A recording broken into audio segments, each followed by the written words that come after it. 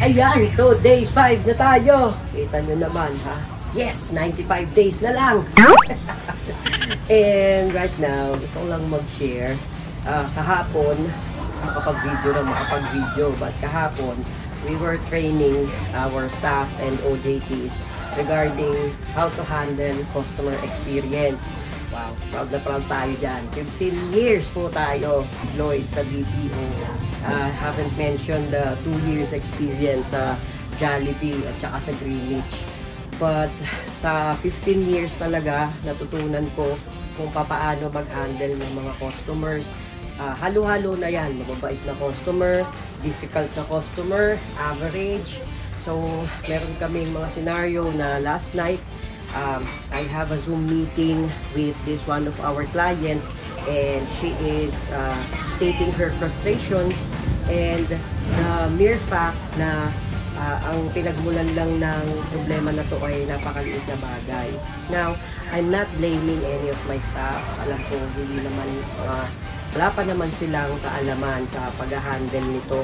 And right now, ako po lahat ng nag-handle nito. And natatawa ko kasi every time, sa dinami-dami kong call center na pinagdaanan, at laging may dahil laging may training regarding dito, kahapon I was like speaking ng napaka-normal. Sobrang normal lang niya talaga, to the point na everyday ko na pala siyang ginagawa. At kahapon ko lang na-realize na different scenario nangyari. Nung gabi may kausap ako, then dumating ako sa office, meron na naman akong dapat i-handle. And nakakatuwa lang din na tama nga no, hindi naman tayo ilalagay ni Lord doon sa sitwasyon kung saan wala tayong matututunan.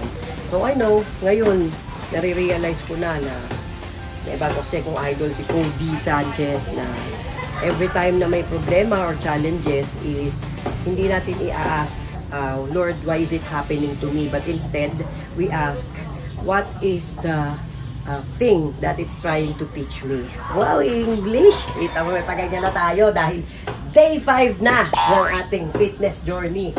Ito hindi matanggal So yun lang, kung meron kang comment or suggestion na pwede kong gawin, thank you din pa lang again sa mga nag-PPM. Comment kayo dyan kung ano yung pwede nyo isuggest na gawin ko. So way back kasi 2014, 2015, I've started and already having my fitness. Nagkakalkal ako ng picture ko dito. So, bata pa ako nito, but it's different age now. So right now, I'm just taking it slowly. Makuha ko lang muna talaga yung habit. That's why I challenge myself sa 100 days muna. Not anything fancy, just the habit muna ang kailangan kong i-build. So ngayon, 14 to 21 days, talagang pinipray ko na sana maging consistent tayo. Kung nakaka-upload ka dito at kung bago ka, once again, ako nga pala si Chloe, ang nagsasabing kahit gaano kalupit ang mundo, huwag natin kakalimutan mag-exercise. Basta maging mabuting tao. Yun lang po. Ciao, bye!